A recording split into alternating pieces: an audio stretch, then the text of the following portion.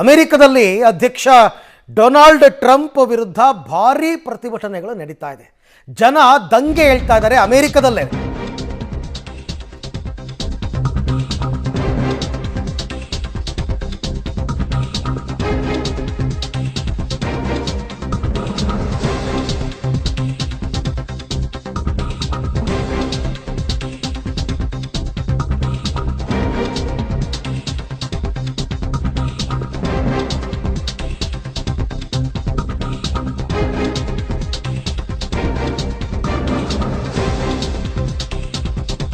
Americans ಇಂದನೇ ಭುಗಿಲೆದ್ದಿದೆ ಜನಾಕ್ರೋಶ.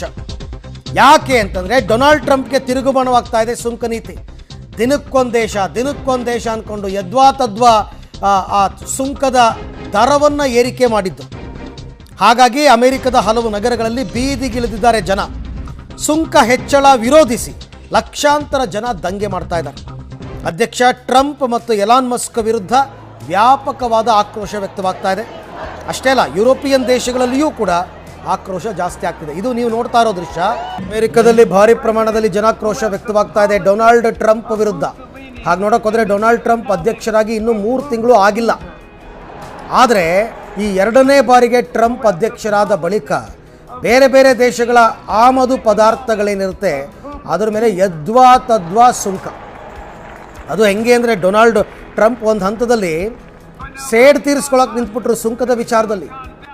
ನಿಮ್ಮ ದೇಶದಲ್ಲಿ ಇಷ್ಟ ಆಗ್ತೀರಾ, ನಾವು ಅದಕ್ಕಿಂತ ಜಾಸ್ತಿ ಆಗ್ತೀವಿ. ನಿಮ್ಮ ದೇಶದಲ್ಲಿ ಇಷ್ಟ ಆಗ್ತೀರಾ, ನಾವು ಅದಕ್ಕಿಂತ ಸುಂಕ ಜಾಸ್ತಿ ಮಾಡ್ತೀವಿ ಅಂತ ಅಂದು ಬೇರೆ ದೇಶಗಳ ಕೆಂಗಣ್ಣಿಗೆ ಗುರಿಯಾಗೋದ್ರ ಜೊತೆಗೆ ಅಮೆರಿಕನ್ನರ ಕೆಂಗಣ್ಣಿಗೂ ಗುರಿಯಾಗಿದ್ದಾರೆ. ಇದೊಂದೇ ವಿಚಾರ, ಸುಂಕ ಅಂತಲೇ ಅಲ್ಲ, ಡೊನಾಲ್ಡ್ ಟ್ರಂಪ್ ಅವರ ಓವರಾಲ್ ಆಡಳಿತನೇ ಒಪ್ತಾ ಇಲ್ಲ ಜನ. ಅಲ್ಲಿ ಅವರ ಆಡಳಿತ 3 ತಿಂಗಳಿಗೆ ಸಾಕಾಗೋಗಿದೆ ಜನರಿಗೆ. ಯಾಕೆ ಅಂದರೆ ಅವರ ವಿದೇಶಾಂಗ ನೀತಿಗಳಿರ್ಬೋದು, ದೇಶದ ಒಳಗಡೆ ಇರ್ತಕ್ಕಂಥ ಜನರನ್ನು ನಡೆಸ್ಕೊಳ್ತಾ ಇರೋ ರೀತಿ ಇರ್ಬೋದು, ಎಲ್ಲದಕ್ಕೂ ಕೂಡ ಜನ ಸಿಟ್ಟಾಗಿದ್ದಾರೆ. ಎದೆಲ್ ಕಲ್ಲಿದ್ದವನ್ಗದೆಲ್ಲ ಅಂಟೋದು ಇಲ್ಲ. ಅಮೆರಿಕಾ ಫಸ್ಟ್, ಅಮೆರಿಕಾ ಗ್ರೇಟ್ ಅಂತಾರೆ.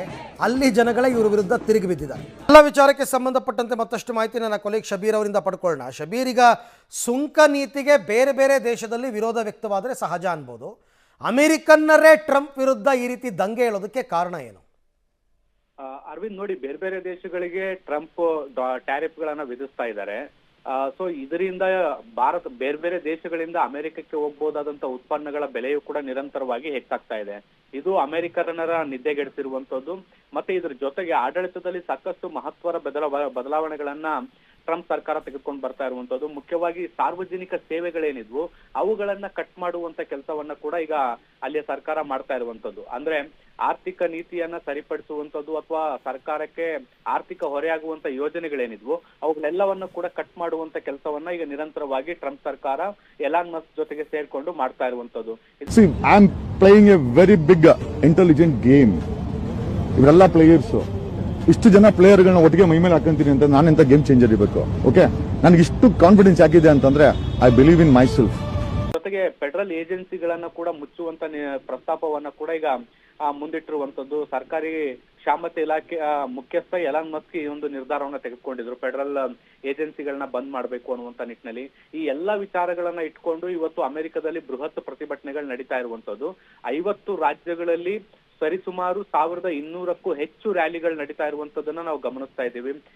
ಕೇವಲ ಒಂದು ರಾಜ್ಯ ಅಂತಲ್ಲ, ನ್ಯೂಯಾರ್ಕ್ ಇರ್ಬೋದು, ಲಾಸ್ ಏಂಜಲಸ್ ಇರ್ಬೋದು, ಈ ರೀತಿಯಾಗಿ ಬೇರೆ ಬೇರೆ ಪ್ರಮುಖ ಪ್ರದೇಶಗಳೇನಿದಾವೆ ಅಲ್ಲೆಲ್ಲ ಕಡೆಗೂ ಕೂಡ ಪ್ರತಿಭಟನೆಗಳು ನೋಡ್ಲಿಕ್ಕೆ ಸಿಗ್ತಾ ಇದಾವೆ. ಮತ್ತೆ ಯಾವುದೋ ಒಂದು ವರ್ಗ ಅಂತಲ್ಲ, ಅಮೆರಿಕದ ಪ್ರತಿಯೊಬ್ಬ ಪ್ರಜೆಯೂ ಕೂಡ ಈ ನಿರ್ಧಾರಗಳ ವಿರುದ್ಧ ಈಗ ಪ್ರತಿಭಟನೆ ಮಾಡ್ತಾ ಇರುವಂತದ್ದು, ದಂಗೆದ್ದಿರುವಂತದ್ದು ಸರ್ಕಾರದ ವಿರುದ್ಧ. ಮತ್ತೆ ಈ ಒಂದು ಬದಲಾವಣೆ ನೀತಿಯನ್ನೇನು ಶುರು ಮಾಡಿದೆ ಅದನ್ನ ಕೂಡಲೇ ನಿಲ್ಲಿಸಬೇಕು ಅನ್ನುವಂತ ನಿಟ್ಟಿನಲ್ಲಿ ಆಗ್ರಹವನ್ನ ಮಾಡ್ತಿದ್ದಾರೆ. ಟ್ರಂಪ್ ಆಡಳಿತಕ್ಕೆ ಬಂದು 3 ತಿಂಗಳಲ್ಲಿ ಈ ಪರಿಪ್ರಮಾಣದ ಪ್ರತಿಭಟನೆಯನ್ನು ಎದುರಿಸ್ತಾ ಇರುವಂತದ್ದು. ಮುಂದಿನ ಹಂತದಲ್ಲಿ ಎಚ್ಚೆತ್ತುಕೊಂಡು ಸರ್ಕಾರ ತನ್ನ ತಪ್ಪುಗಳನ್ನ ಸುಧಾರಿಸಿಕೊಳ್ಳುತ್ತಾ ಅನ್ನುವಂಥದ್ದನ್ನ ಕೂಡ ಕಾದು ನೋಡ್ಬೇಕಾಗತ್ತೆ. ಹಾಗೆ ಸಂಪರ್ಕದಲ್ಲಿರಿ ಶಬೀರ್, ನಿಮ್ಮ ಜೊತೆ ಮತ್ತೆ ಮಾತನಾಡ್ತೀನಿ. ಒಂದು ಹಂತಕ್ಕೆ ಜನರ ತಾಳ್ಮೆ ಇರುತ್ತೆ, ಆದರೆ ಜೀವನ ನಡೆಸೋದೇ ಕಷ್ಟಪ್ಪ ಈ ದೇಶದಲ್ಲಿ ಅಂತ ಅನ್ನಿಸಿದಾಗ ರೋಡಿಗೆ ಬರ್ತಾರೆ ಜನ. ಸರ್ಕಾರದ ವಿರುದ್ಧ ಪ್ರತಿಭಟನೆಗಳಾಗುತ್ತವೆ. ಏನು ಅಮೇರಿಕ ಕೂಡ ಅದಕ್ಕಿಂತ ಏನು ಹೊರತಾಗಿಲ್ಲ. ನಮ್ಮ ದೇಶದಲ್ಲೂ ನಡೆಯುತ್ತೆ, ಆ ದೇಶದಲ್ಲೂ ನಡೆಯುತ್ತೆ. ಹಾಗಾಗಿ ಈಗ ಟ್ರಂಪ್ ಅವರು ಏನಾದ್ರು ಬದಲಾಗ್ತಾರಾ ಅಥವಾ ಈ ಪ್ರತಿಭಟನೆಗಳನ್ನು ಎದುರಿಸ್ತಾರಾ ಅಂತಕ್ಕಂಥದ್ದು ಸದ್ಯದ ಪ್ರಶ್ನೆ.